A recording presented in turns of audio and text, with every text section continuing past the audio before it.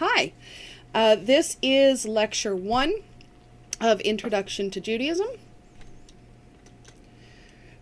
and this is RE204, Introduction to Judaism, in which we look at the basic nuts and bolts of Judaism in terms of Jewish beliefs, history, texts, from the beginnings to today. So that's about 4,000, 3,000 years in 12 weeks. No problem, right? I am Holly, or Dr. Pierce. I'm Dr. Holly Pierce, if whatever you prefer. I've been teaching around at Laurier for a while, so some of you may already know me. Some of you may sort of quasi-know me because you've had remote classes with me over the past little while. Some of you may remember me from the before times, in which case, welcome. I'm happy to see you again.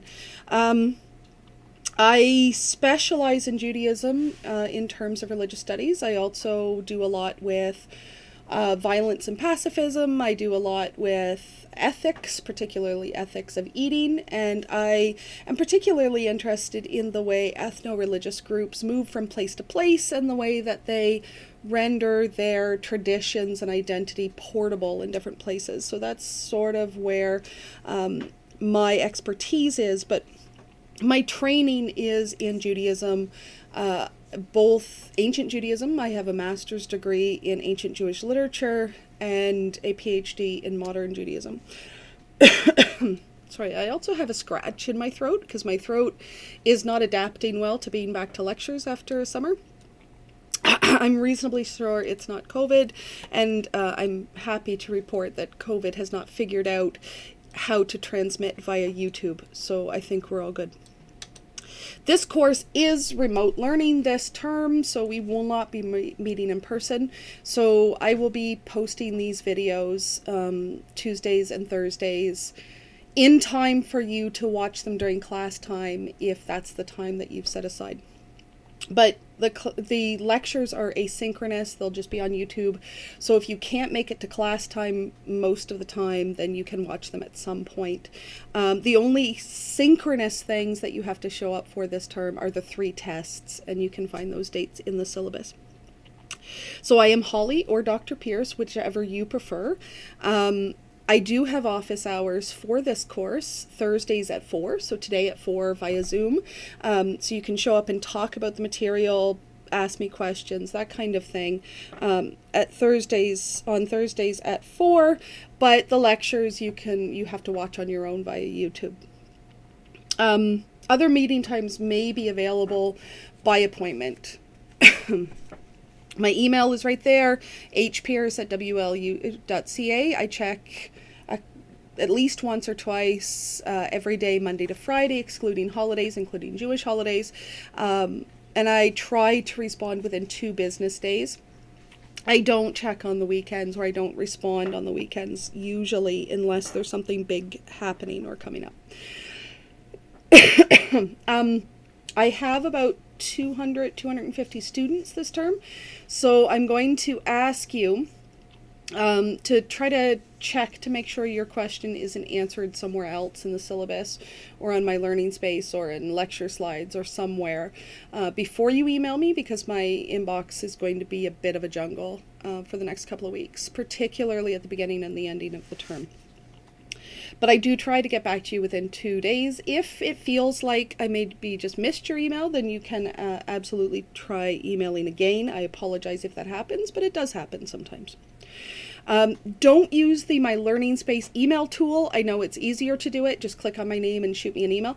I don't check my Learning Space email as frequently as I check hpierce@wlu.ca. So emailing me direct will probably get you a quicker response.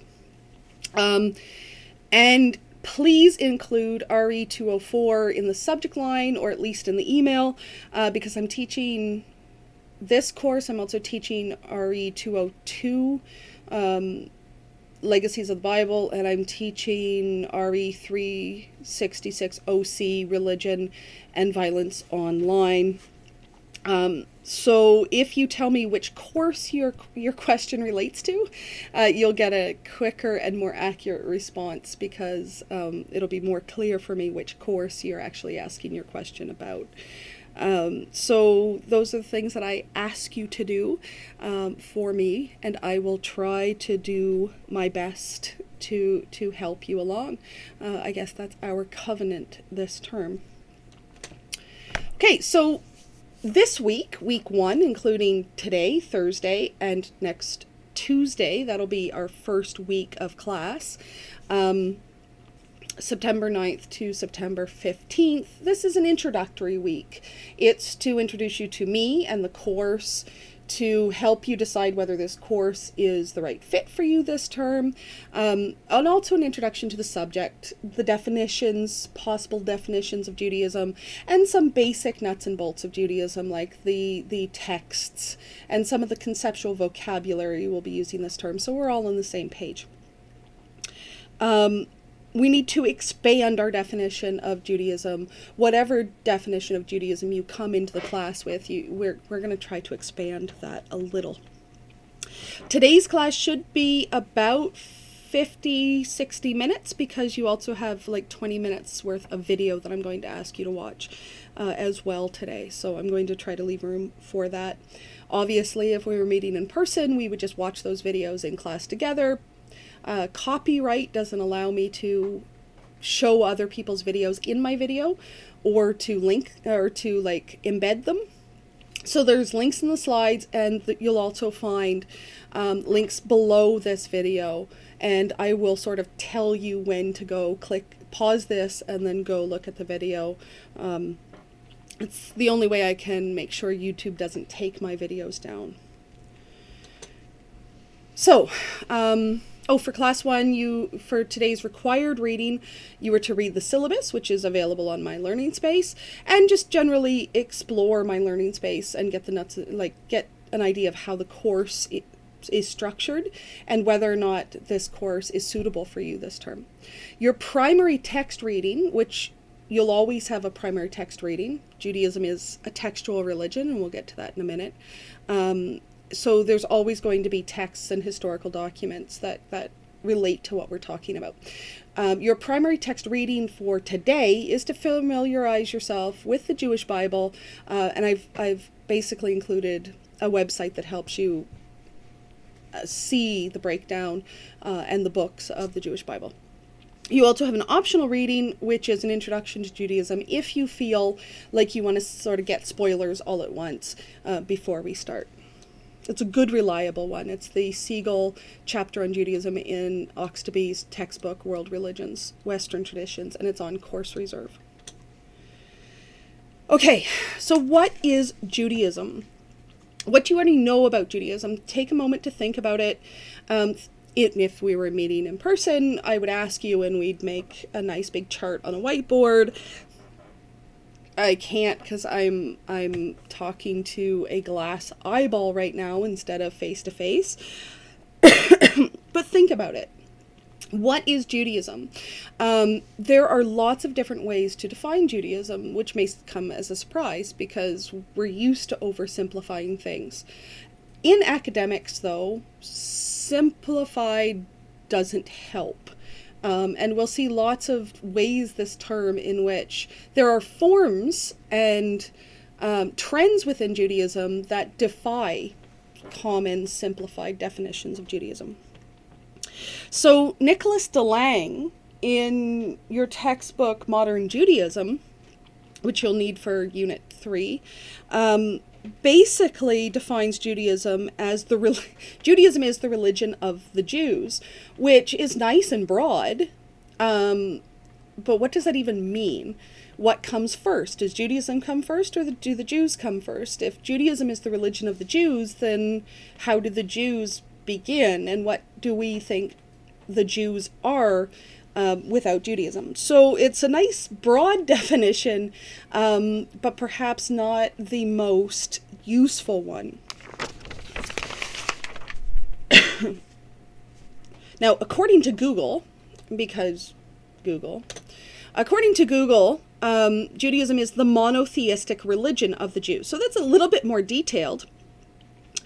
But as we will see as we move through the term, even though it is most common to define Judaism something along the lines of the monotheistic religion of the Jews, it's too narrow. Not all Judaisms have been monotheistic. Not all Judaisms today are monotheistic. Some are atheistic, and we'll get to that, what those things mean. Monotheistic means one God. Atheistic means no God. And to both DeLange and Google use this word religion, the religion of the Jews. And as we'll look at today, that in of itself can be problematic. Judaism is a religion, right? I mean, this is probably what you're thinking right now. And if you did what I asked you to do and thought about what is Judaism, what is the definition of Judaism, you probably included the word religion in there. And you're not wrong for that necessarily. But Judaism is not just a religion. You cannot define Judaism simply as a religion, because the word religion is not easy to define in of its own right. And a lot of the times when we think about religion, we're actually using really Christian concepts, particularly modern Christian concepts. Like religion has to do with God and church and books and rules and traditions. And a lot of those things relate to Judaism, but it doesn't describe Judaism as a whole. So what is Judaism? So Judaism is a religion, or includes religion. But Judaism is also a civilization. Judaism is a culture. Judaism is a relationship. And Judaism is a discourse. That's where we're going to be today. We're going to go through all of these aspects of Judaism to try to expand our definition a little. So what is a religion? Anthropologist Clifford Geertz described or defined a religion as a system of symbols which acts to establish powerful, pervasive, and long-lasting moods and motivations in men. He wrote this in the 70s. Assume he meant humans. By formulating conceptions of a general order of existence and clothing these conceptions with such an aura of factuality that the moods and motivations seem uniquely realistic. This is the definition that runs through most religious studies departments, certainly anthropology of religion departments. It's a really popular definition. And he's right in a lot of ways. Religion does include a system of symbols. Symbols, in some ways, is the language of religion. Religions do establish powerful, pervasive, and long-lasting moods and motivations in people. These moods and motivations are connected through narratives to a general order of existence. So it gives some sort of idea of an ordered cosmos and meaning to life and sort of a moral landscape, an order of existence. Who am I and how do I relate to the universe? And clothing these conceptions with such an aura of factuality, so they feel more real even than the real sometimes, and that the moods and motivations seem uniquely realistic. So they're uniquely significant, they're uniquely important. So Clifford Geertz's definition is a valuable one, because he doesn't focus on deity, he doesn't focus on church, he doesn't focus on using Christianity overtly to define religion. And for a long time in religious studies, all definitions of religion sort of reflected a Christian context, because religious studies often started with sort of the hegemony of Christian scholars in Christian or post-Christian universities.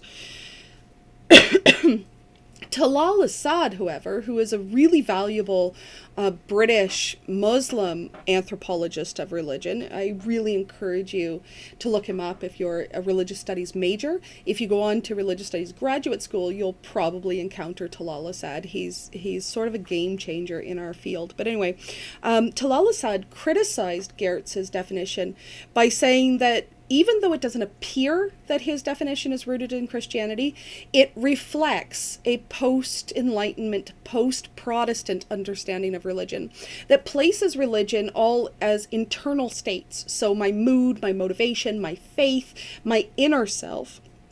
And Talal Asad points out for Islam, and I would argue for Judaism as well, these are not religions that focus entirely on the internal states. Geertz's definition is not embodied. It doesn't talk about what we do with our bodies. It doesn't talk about ritual. It doesn't talk about what we eat. It doesn't talk about the languages we speak. Talal Asad points out that it is only really post-Protestantism that's strictly internal. Religions like Islam and Judaism are broader, and they often involve not particularly just my moods and motivations. It also involves my identity and what I do with my body and what I eat and what I do with my family. So Clifford Geertz's definition of religion reflects some realities of Judaism, but not all realities of Judaism. He's right in talking about religion as a cultural system, and Judaism definitely is a cultural system, but it's not all just about internal states. Let us think about religion, because I don't want to toss out the idea that Judaism is a religion. Instead, I'd rather expand our understanding of religion. Religion is not about church text God. Religion is not just about faith. Religion is not just about the spiritual. Religion is actually much broader than most people realize. So people have defined religion in a lot of different ways. You can consider it a community centered upon the shared worship of a deity. So it's communal, it's shared, and there is a deity. However, not all religions have deities. So we have to go past that. And when we look at this shared worship in a community, do we then focus on the elite version of that, or the folk version of that, or the personal version of that? Because all religions have an official version, but we know that isn't always exactly what people are actually doing on the folk level, or the domestic level, or the personal level. So we need to move past what priests, rabbis, the Pope has to say about a religion, and we have to expand our definition of religion to include what folk communities are doing and what individuals are doing on a personal level. Religion involves an understanding of the sacred and the profane as being in relationship to a divine system, so a cosmology. And what is sacred and what is profane. These things provide paradigms for living and understanding the world. Again, this doesn't apply to all people in their relationship to religion, but this is a powerful aspect of religion. A belief in a divine or supernatural realm or force, or some higher truth, or some important truth that has a role in profane earthly existence, complete with responsibilities and prohibitions, believed to have sacred origins and promote the good. Okay, so religion involves some sort of system that tells us how to promote the good and avoid the bad, and that's really simplistic. But in general, religion is about how to live a good life, and it gives us paradigms for how to do that. And that's not necessarily rooted in an idea of the divine. It's more closely related to what we think of as the truth, or what is true, or what is beautiful even. Religion is a system of values, symbols, shared beliefs, knowledge, stories, language, concepts that imbues the world and human life with meaning. So religion is a narrative that connects the past, the present, and the future. And that's kind of nebulous, but I really like the narrative theory of religion, that religion is a story. It is a way of ordering our past, present, and future. It's a way of ordering our history, because that's what a narrative does, right? You can list a bunch of stuff that happens and present it as if it's unconnected, But if you present a bunch of stuff that happens in a narrative, you're basically putting a plot to it, a beginning, a middle, and an end, or a future. So if I say, I could give you a list of stuff from my life. I went to Middleton Regional High School. My first university was Mount Allison. I have studied religion, and I have also studied forensic anthropology. I was born in Nova Scotia. I'm now in Ontario. So I can tell you a bunch of little random facts about myself, but I'm more likely to tell you the story of my life in narrative form. All right? So a narrative form life story has an epilogue, so who my parents were, who my people were. It has a beginning when I was born. It has a middle. It'll eventually have an end, hopefully a while from now. And it will have, it'll have a prologue, my parents and who I come from. It'll have a story beginning with my birth and ending with my death, and it'll have an epilogue, so what happens after I die. We're more likely to tell the story of things narratively. We are, some would say that's sort of a really human activity, is to put narratives on things that don't necessarily have to be narrativized. Religion does that. It provides us a grand narrative for the world, including myself, but including other people's stories, including a beginning, a middle, and for most religions, an end. So it connects the past, the present, and the future, and it gives me a meaningful place within that. And finally, religion is a set of identity tools that provides personal meanings and values, as well as a system of sacred rites for life events. So it marks my life, it marks my identity, it gives me things that I can identify with, it gives me membership privileges, it gives me membership markers, and it marks who is in the group and who is out of the group. Religion is all of that. It means many things. It's really important that we don't over slenderize, I guess, the meaning of religion, because then we'll miss a lot, particularly now when organized elite religion is certainly not the only option for people. People have the internet. We can make up our own religion from the scattered pieces of all the religions that have ever existed if we want to. And as religious studies scholars, it's really important that we don't make our definition of religion so narrow that we miss all of the cool stuff going on in the world right now in terms of how people relate to religion. This is the final frontier of religious studies. It's an exciting time to be in religious studies because there is so much variety. So yes, Judaism is a religion. There are religious aspects to Judaism, and for a really long time now, for a couple of 100 years now, Jews have been really keen on ourselves defining Judaism as a religion, because sometimes it's Jewishness, Judaism is over-defined as a race, and that has ended up getting us killed. So in many ways, it's good to define Judaism as a religion, because that makes it equal to all other forms of religion. It makes it just a religion and not a race, which is a dangerous thought. And there are certainly religious aspects to Judaism. So Judaism provides sets of ethics and values, morals. It gives meaning to a series of symbols. It represents a shared worldview, contains meaningful stories and histories. It has laws, texts, customs, recommended behaviors, prohibited behaviors. It gives us ideas of God and texts and a sacred calendar and rituals. And it certainly gives us religious identity, who is in and who is out, and what you have to do to be in and not out. However,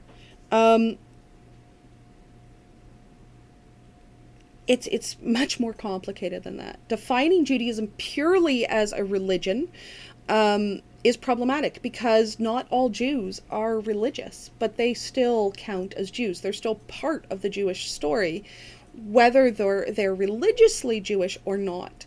So we could say, okay, we're just going to focus on religious Jews and we're just going to focus on the religiosity of Judaism, and we're not going to look at other forms of Jewishness or Jewish culture. But that would give you an incomplete story, because the story, the narrative, the story of Judaism is so much more rich than it appears in a dry synopsis of Judaism. And I would not be doing my duty if I didn't try to convey the richness of Judaism as a narrative, because it's exciting and it is beautiful. And it is so much more than just a series of texts and holidays and calendar. And I would be doing you a disservice. So Martin Jaffe, a scholar of early Judaism, actually defined religion. He was tired of the way people defined religion previous, so he offered a definition of religion that is meant to include Judaism as such. So religion is an intense, sustained cultivation of a style of life, or a way of life, that heightens awareness of morality, binding connections between the self, community, and the essential structures of reality.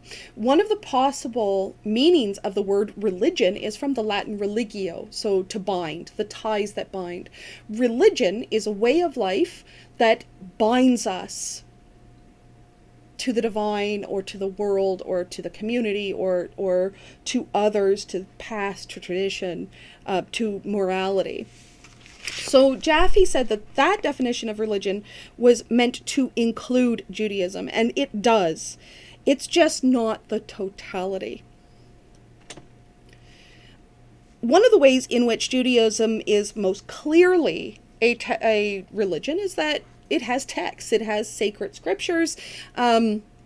If we were in class, I would now hand you some of those items that you can actually hold in your hands. That would not be good during COVID, but pre-COVID, in the before times, I would often hand out Hebrew Bibles so you could actually see the paper, see the language of it. Judaism is a heavily textual religion.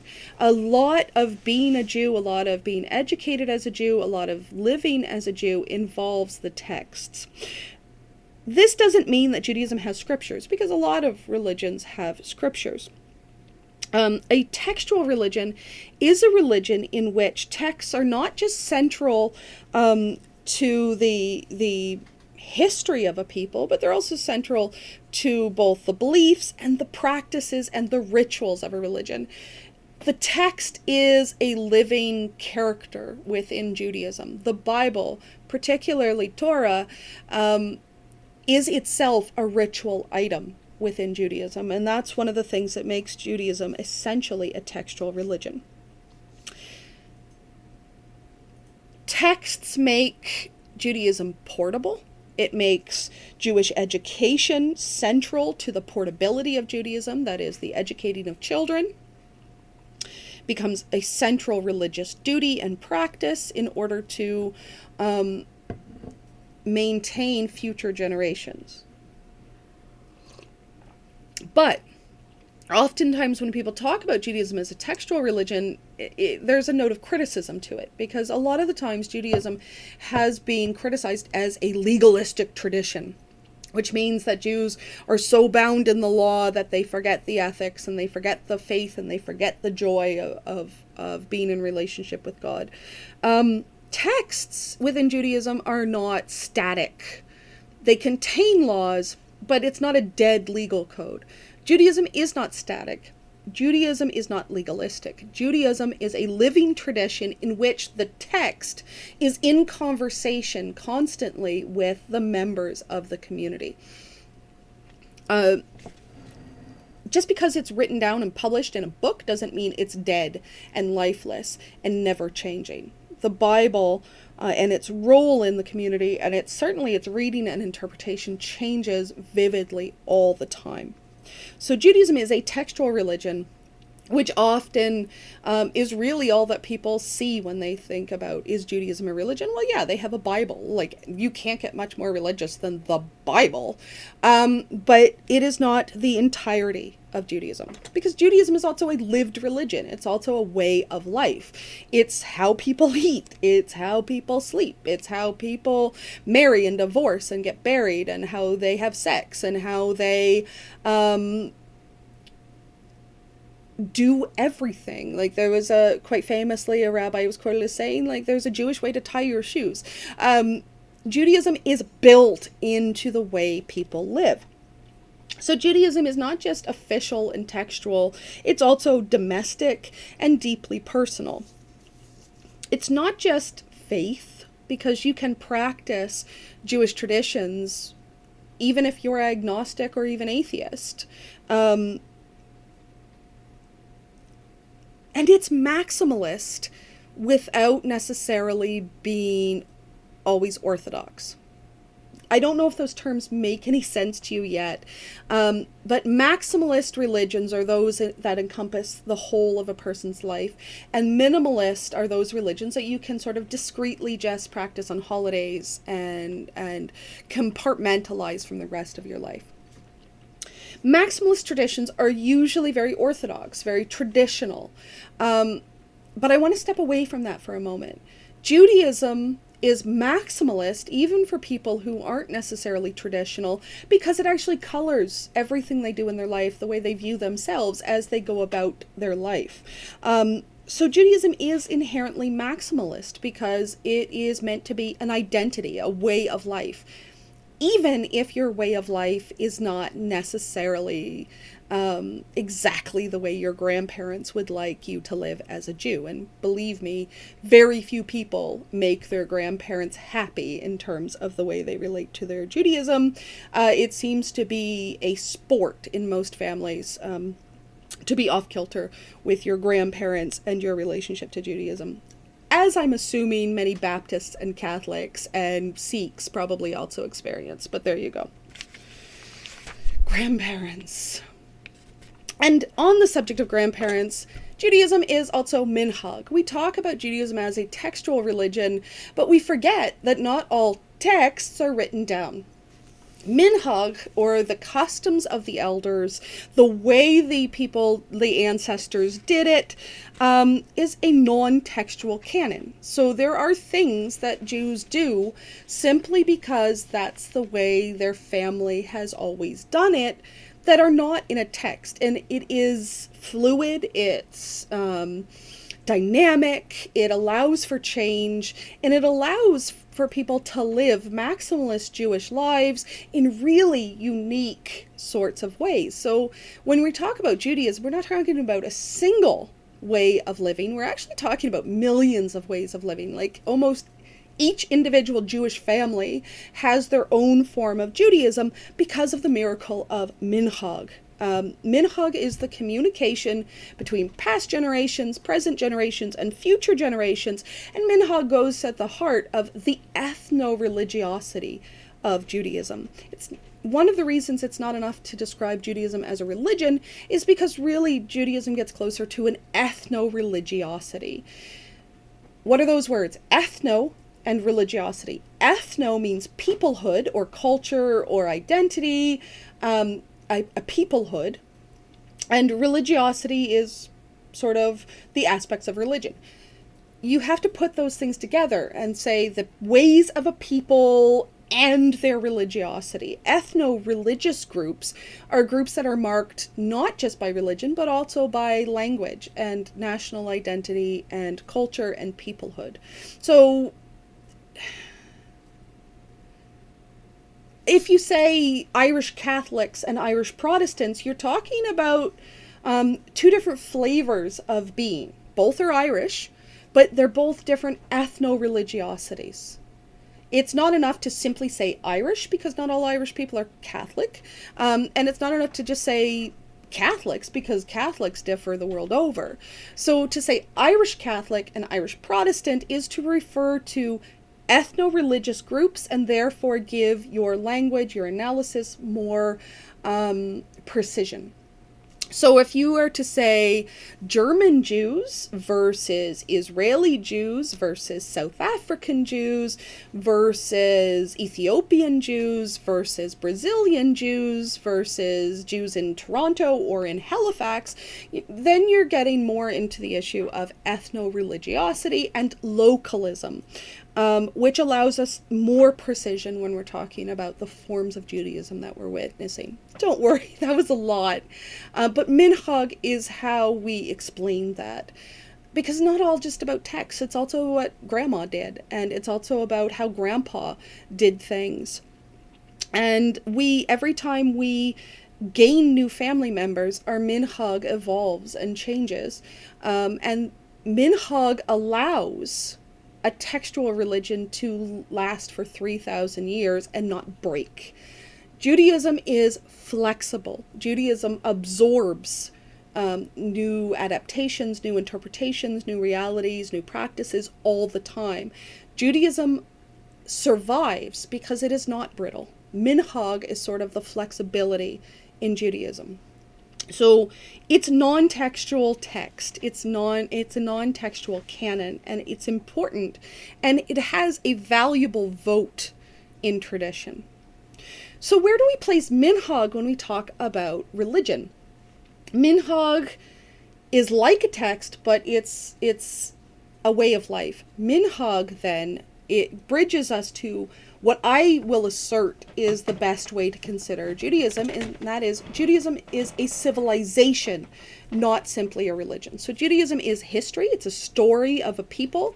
It is the collective socio-sacred of the imagined community of the Jews. If you're in sociology, you've probably heard the term imagined community before.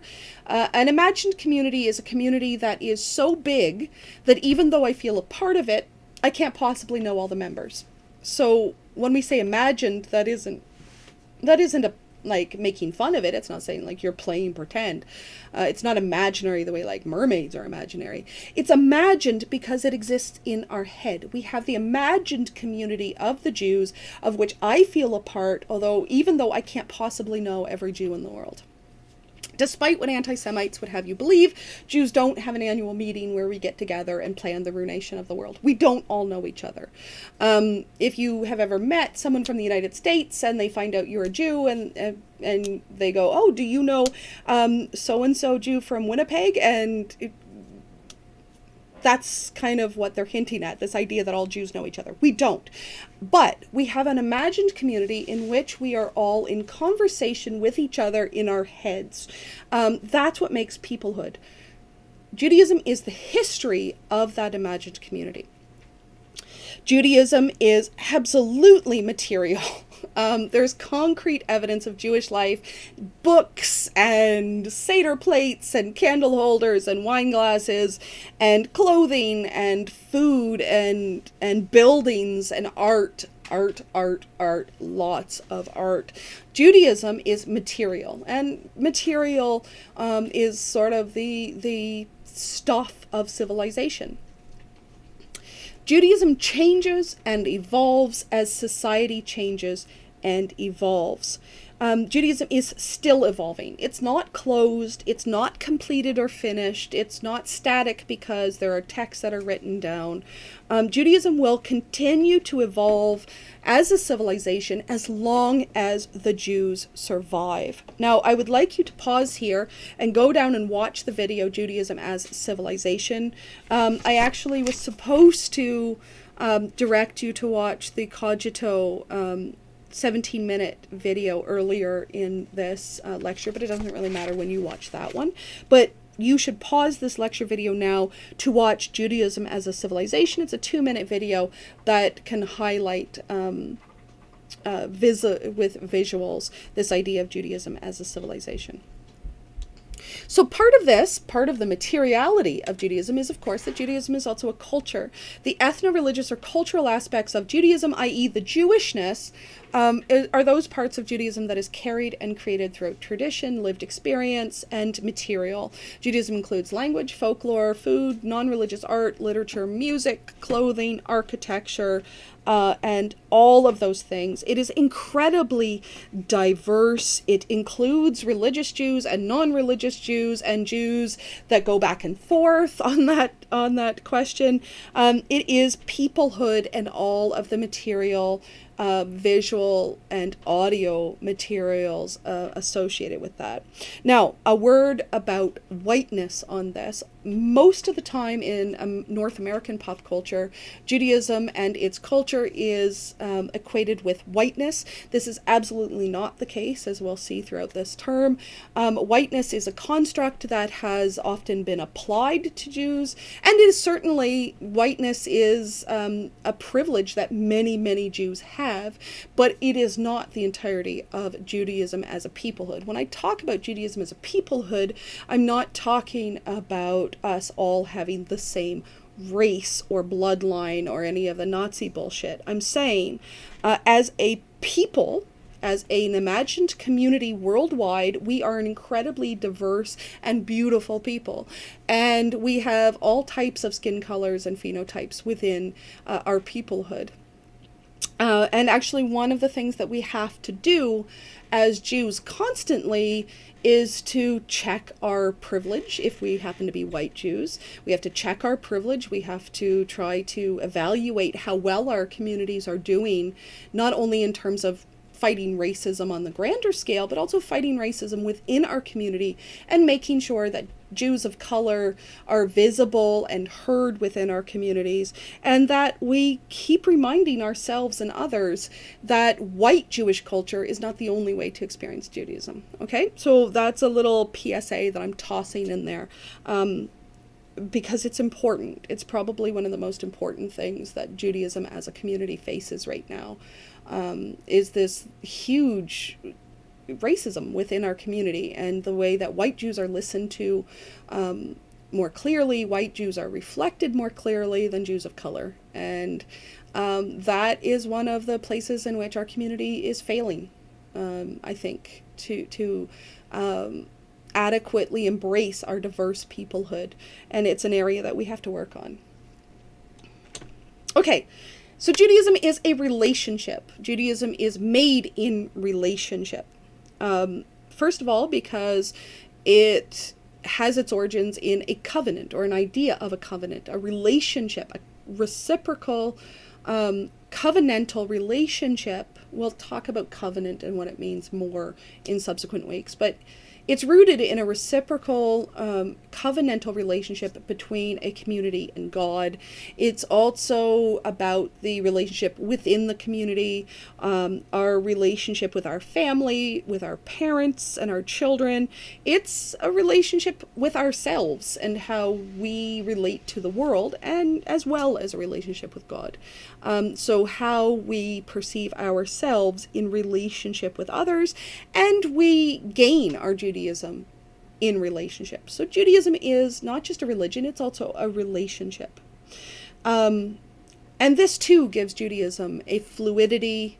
It makes it interactional, it makes it evolving, and it demonstrates the way Judaism develops out of a constant conversation, a conversation with text, a conversation with God, a conversation with each other, a conversation between generations, conversation going on all the time within an imagined community. And as such, as a conversation, Judaism is also discourse. So discourse theory basically points out that the way we think and talk about things shapes our concepts, it shapes our reality. The world is created in some sense through conversation. Language shapes our thoughts, and our thoughts shapes our language. So the way we talk about things shapes our reality. So Judaism is a mode of studying, teaching, learning, parenting, acting, adopting, encountering, discussing, conceptualizing, interpreting, etc. The world, its history, its texts, and how to live in the world. Judaism is taught, understood, discussed, and learned over the course of lifetimes. It is fluid and interactive, and as our concepts and our languages change, as things are translated and retranslated, it is fluid and dynamic through speech, through conversation, through that relationship. Judaism is a term we give to this civilization that is constantly in flux, and changed and influenced by various forces over time. So tradition appears to be static and central, but participation is also essential, and through that participation, even our tradition is a lot more flexible and fluid than it might appear. Judaism is interactional. It's created through conversation, through education, through parenting, through epistemology, that is the way we think, and the way we learn. So Judaism is a discourse. It's a way of talking about the world, and therefore a way of conceptualizing the world.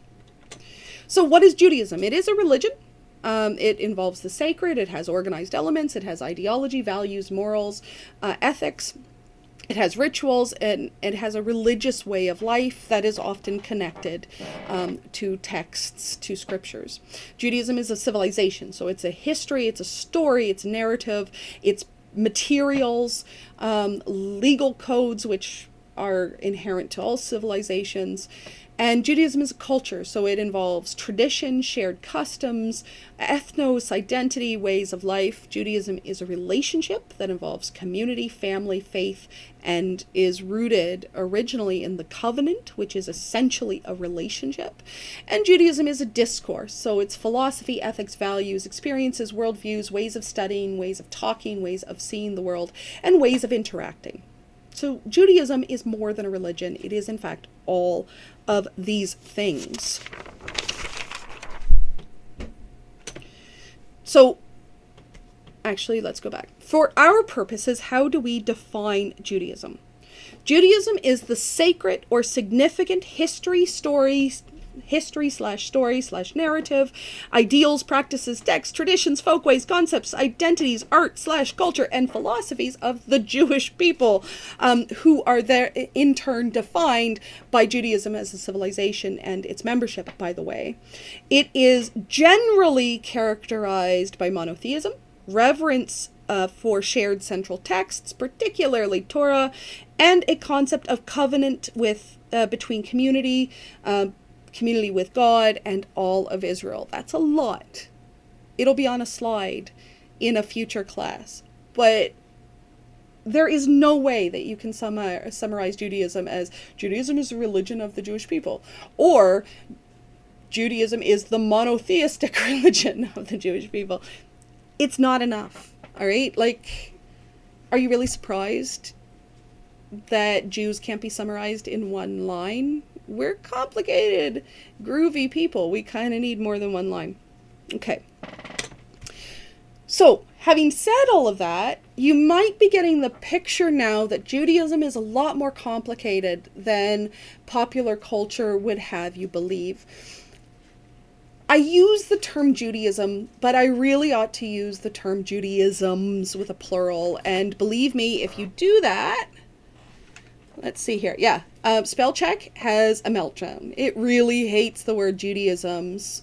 Really hates the word Judaisms in plural. But I like using the word Judaisms in plural because there is no one way of being Jewish. There is no one version of Judaism, and there never has been. It shouldn't surprise you that 3,000, 4,000 years, there have been lots of forms of Judaism. And diverse Judaisms are important. They're important for us to study because they're interesting, but they're also important because every way that Judaism evolves is beautiful and important and influential, and every way that Judaism evolves becomes part of Jewish civilization. So normative Judaism describes the fallacy in which, when we look at Judaism at any given period, we have in our heads a false, oversimplistic idea of what Judaism was at this time period. And when we start falling into the normative Judaism fallacy, our scholarship is not going to be complete.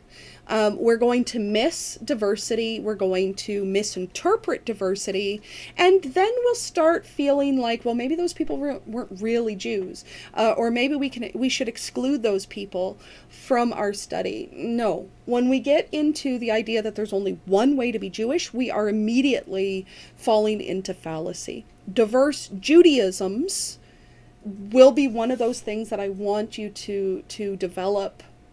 Embrace this term. There is no such thing as a single normative Judaism, and there never has been. Millions of people, particularly people who are as engaged in their religion and as passionate about their religion as Jews have been, can't produce a single religion or a single official version. That's not how it works. So we will emphasize throughout this term the diversity of the Judaisms during these time periods. Now, if you want to pause this video and now go and watch the Cogito video and this video, this is a 6-minute video from Harvard emphasizing Jewishness and the history of the Jews, while Cogito is more of a classic rundown of these are the things the Jews believe. Go watch those videos right now. The Cogito video is 17 minutes long, and the Harvard video is 6 minutes long. And you're back. I should have been an actor, right? Okay. So, the basics of Jewish history that we will be going over this term. We will look at the origins and the shared origin story of the Jews, sources and interpretations of that origin. The mists of time are really difficult to sort out, right? It was a long time ago, but we'll try our best. And then we'll move on to what Jacob Neusner, who was an incredibly influential Jewish studies scholar, what he calls the periods of Jewish history. The age of diversity, so that is ancient Judaism. The age of definition, that is early rabbinic Judaism. And we'll talk about the difference between rabbinic Judaism and other Judaisms, as we move along. The age of cogency, that is where the majority of Jews in the world, we got as close to a normative form of Judaism as possible in the Middle Ages. And then the second age of diversity, which is the modern period. Roughly, our class will follow these periods because even though they're sort of an artificial categories attached to Judaism, they're pretty useful for us. So how do we study Judaism? Why do we study Judaism? We're going to study Judaism largely as a story because I like studying things that way. So we're going to look at history. We'll be looking at concepts in the context of history. So we will be starting chronologically, effectively, with very ancient pre-Judaism into modern Judaism. And as we go along chronologically, I will talk about really significant holidays and practices as they evolve within that context. There's different ways that you can structure a Judaism course. You could cut it up to like beliefs, rituals, and history, or do it as I chose to do ancient history, medieval history, and modern history, and do things like that. Judaism is a historical religion. Judaism is essentially the history or the story of the Jews. So I approach things in a chronological sort of history oriented sort of way. That is one way to approach Judaism. Why do you study Judaism? I don't know. Why are you studying Judaism? You have a forum post in which you can explore that this week. We study Judaism because it's fascinating and because it has changed the world. The world as we know it would not be the way we know it if the Jews had not existed. So there's lots of reasons to study Judaism. For a long time, people studied Judaism from a confessional perspective. So parochial education, Jewish Jewish schools for Jewish children, confessional study, that is like studying from a religious perspective, theology or faith, and rabbinic studies. So people studied to become rabbis or cantors or leaders of the community. That is religious education. That is religious motivation for studying Judaism. That is not what we're doing here. We're on the secular side of studying Judaism. Now, secular doesn't mean we hate religion, and secular doesn't mean we're going to be disrespectful to religion, but secular means we don't have confessional goals. So we're not studying Judaism to expand our personal faith. I don't know, maybe you might get a sense of that as you study Judaism. That's not my bag. I'm not a rabbi. I considered it briefly, but then realized, like, I can't tell people how to live. So instead, I'll just look at how other people live. That's how someone considers becoming a rabbi and becomes an anthropologist instead. I just want to study how other people live. I don't want to tell you how to live. You may actually get some personal value from these lectures or these classes or these readings, in which case, great. I know, like, some of you are probably of a Jewish background. I get a lot of Jewish students taking this course. So if you find it personally, confessionally important to you, I'm happy for you. But that's not our goal in this class. We are coming from a religious studies standpoint, so a comparative religion standpoint. So to understand the concepts of religion, we're coming from it from a historical perspective. So to look at all of the various sources so we can discern sort of a historical timeline. And we're coming at it from an anthropological point of view, that is to understand the ritual, the visual, and material culture, and the functions of Judaism as we progress through the chronological period. Jewish studies, which is a study that came along in the 1960s, is different from religious studies. Okay, so the history of religious studies, when it comes to non-Christian religions, is kind of spotty. The earliest scholars dominating religious studies as a secular study were Christian. So all of the religions were effectively studied through Christian or post-Christian understandings. The early study of Judaism within religious studies were often done by Christian scholars who were most interested in Judaism as sort of a museum piece, or like, Jesus was a Jew, so we're going to study Judaism so we can better understand Jesus. And that's a valid way of studying Judaism in a Christian department. It doesn't help us further our understanding of Judaism at all, because first of all, there's been 2,000 years since Jesus was a Jew, so there's been some developments in the past 2,000 years. So it's important not to freeze Judaism as it was when Jesus was around. And it's also important to study Judaism as itself. Judaism isn't just important as the ancestor to Christianity or to Islam. Judaism isn't just important as a factor in Greek and Roman history. Judaism is important in its own right, and it deserves to be studied as a tradition, not through Christian lenses, but as its own right. Jewish studies was developed really in the 1960s as a response to that. Now, religious studies continued on, and we get more actually Jewish scholars studying Judaism in religious studies, so it is no longer purely a Christian-dominated area. You still get Christians who study Judaism, and in fact, some of you may be doing the minor in Jewish studies at the seminary, which is pretty interesting. So some of you are studying this to improve your knowledge of Christianity. But religious studies has moved on from that. So Judaism is not simply a museum piece as a prologue to Christianity. Judaism is now being studied in its own right. Jewish studies broke off effectively as a response to the Christian domination of Jewish studies in the 1960s. But Jewish studies studies Jews and Jewish civilization and Jewishness, not just Judaism. And in fact, some Jewish studies is openly disdainful of the religious aspects of Judaism, or they're just simply not interested in it.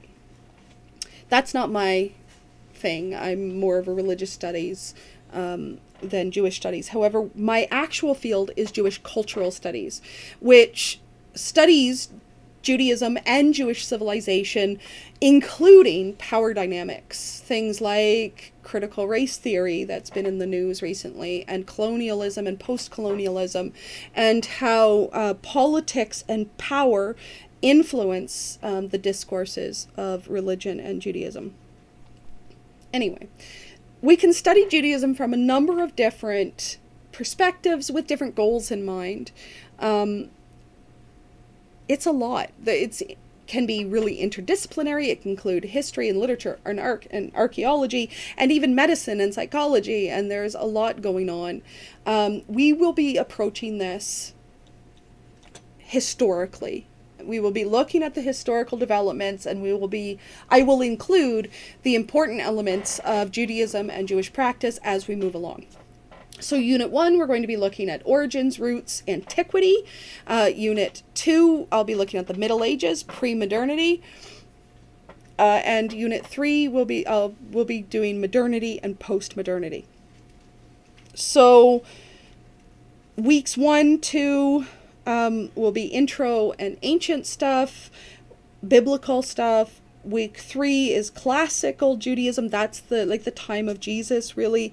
And week 4 will be rabbinic Judaism. So what we often consider to be Judaism doesn't even arrive until week 4. So that should give you a hint of how complex this thing is. In Unit 2, for the Middle Ages stuff, we're going to be looking at the diaspora and what that means and how that happened. Then we'll be spending a week on Judaism in the Christian world, and then a week on Judaism in the Islamic world in the Middle Ages, and those are very different. They have some similarities, but those are very different worlds in a sense. That's effectively how we get the Ashkenazi Jewish tradition and the Sephardic Jewish tradition, because Jewish life in medieval Christian Europe was very different than Jewish life in medieval Islamic world. And then in Unit 3, we'll be looking at modernity and migration and Reform Judaism and some major modern historical developments such as the Holocaust and the modern state of Israel, and of course gender and sexuality, equalization movements, and so forth. So it's like 3,000 years. So we will be going at somewhat breakneck speed. Each unit will have a test at the end of it. So Unit 1, test at the end. Unit 2, test at the end. Unit 3, test at the end. There will not be a final exam for this course, because I think that cutting it up into bite-sized pieces is probably the way to go. There is no final exam, but there is a final paper, and the instructions for the final paper should already be on my learning space, so I invite you to check that out. You can also find the syllabus for the course on my learning space. Please read it. I've been doing this for a while, so a lot of the answers to the questions you may be thinking right now are probably in the syllabus. So in the syllabus you will find topics for each class and what to read for each class, and you will also find assignments and the due dates. For this class, you will need the textbook Modern Judaism and Oxford Guide, but we won't be using that too much until Unit 3, so you have a bit of time to get that. It's also available in the Laurier Library as an ebook, if you're interested. You should have a Bible, either electronic or paper. You should have obviously a Jewish Bible is great, but you can use a Christian Bible for this as well. And in fact, I believe there will be some readings from the Christian Bible. Use what you can. You don't have to buy a Bible for this course. You should have access to one. Bible Gateway, I think I linked. That's a good option. There will be readings via my learning space on PDF. There will be links, and there are course reserves. So you should be able to find the readings easily enough. Now, you will have required readings. Those are required. That means they will show up on the tests, and you should use them in the assignments. You have a primary text reading, which is also required. And you will have optional readings. Those are if you're super interested in a topic or you feel like you need more background, those will be your go-to, okay? So your assignments, weekly forum posts. You can find those already on my learning space. I think I already posted all of the prompts. Every week, go and answer the prompt on the forum, talk to your classmates, try to make the most of remote learning that way. There are 3 unit tests, October 5th, November 9th, and December 7th at 12:30 p.m. So you come here online and do those. Those are the only synchronous material moments of the course. There will also be 3 unit papers, a couple pages each, at the end of each unit. So think of those basically as essay questions at the end of the tests. And those will be marked happily by our TA, Gustavo Mora, who is helping me mark those so I don't collapse in a heap of exhaustion, because it's a busy term. And then your final paper, I will be marking those, and I think you can also find instructions for those on my learning space. Okay, so your prompt for this week is to write a post introducing yourself to your discussion group, offer any information that you wish, why you're taking the course, what area of study you're in, your preferred name and pronouns, anything that you want to talk about. Most of the prompts on the forum will be academic based. This one is you'll get a little, it's a freebie. So just talk about yourself, talk about your cat, talk about how you're doing in the pandemic. Anything that you want to say. This post is open for 2 weeks. If you're joining us late, you'll have until September 22nd to post.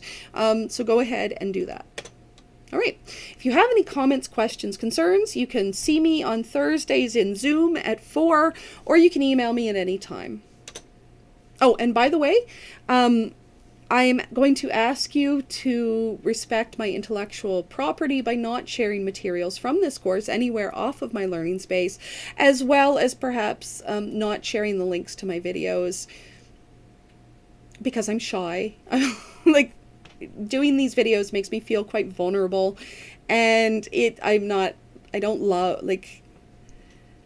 YouTubers, but I never wanted to be a YouTuber. So, I'm not looking for followers. I'm not looking for likes and shares. So if you can just keep these on the down low, that would be super. Unless, of course, you have a friend or a family member who would really love to learn about this stuff and want to learn for free. Email me and ask for permission, and I'll probably grant it. I just don't want it shared widely. Profs are humans too, and this is a weird time, so try to respect my privacy and my intellectual property a bit. Okay, I think that's it for today. If you have any questions, comments, concerns, please let me know. Otherwise, have a good weekend, and I will see you on Tuesday when we do sort of a Judaism 101, and we just do boom, boom, boom, boom, boom. There's going to be a lot on Tuesday. We're just going to look at the texts of Judaism, and we're going to look at the main concepts of Judaism. So there'll be a lot on Tuesday, but hopefully it'll be very clear and concise and give us a shared vocabulary as we move on to the harder stuff or the more specific stuff. Please remember to watch the videos that I've linked, the nice background videos. Even if you feel like you already have a background in Judaism, it's important that we start having a shared vocabulary in the course amongst ourselves. So do watch the videos that I've posted, okay? Thank you. Bye for now.